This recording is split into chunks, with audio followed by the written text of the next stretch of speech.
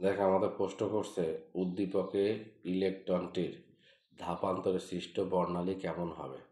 দেখো ধাপান্তর হচ্ছে কোথায়, ABCDE মানে 5 নাম্বার থেকে কয় নাম্বারে, 2 নাম্বারে। তাহলে আমাদের 5 নাম্বার থেকে কয় নাম্বারে আসতেছে, 2 নাম্বারে আসতেছে, তাই না?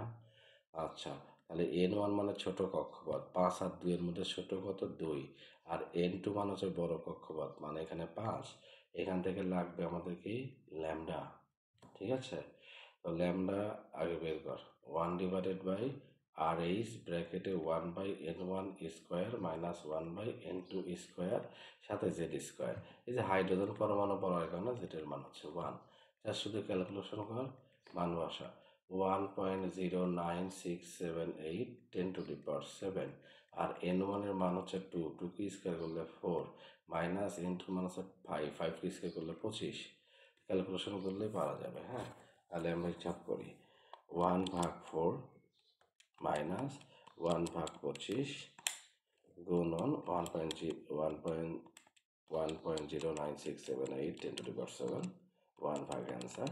ক্যালকুলেশন করলে আমরা পাইলাম হচ্ছে 4.34 ইন্টু 10⁻⁷ মিটার। 10⁹ দ্বারা গুণ করে দেয়, ন্যানোমিটার কনভার্টে হয়ে যাবে। হ্যাঁ, এককটা কিসে আসলো, ন্যানোমিটারে আসছে।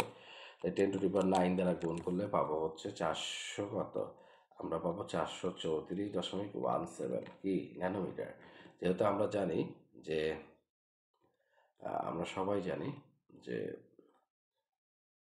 নীল নীল বর্ণের নীল বর্ণের তরঙ্গ দৈর্ঘ্যের মান হচ্ছে 424 থেকে 424 ন্যানোমিটার, অবশ্যই ন্যানোমিটার।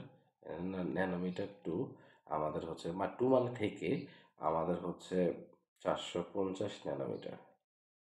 যেহেতু 434 এই রেঞ্জের মধ্যে পড়ছে, তাই বলবো 434.17, যেহেতু নীলবর্ণের তরঙ্গের বন্ধ পড়ছে, তাই আমাদের হবে নীলবর্ণ হবে, কি হবে, নীলবর্ণ হবে। অ্যান্সার শেষ। হ্যাঁ।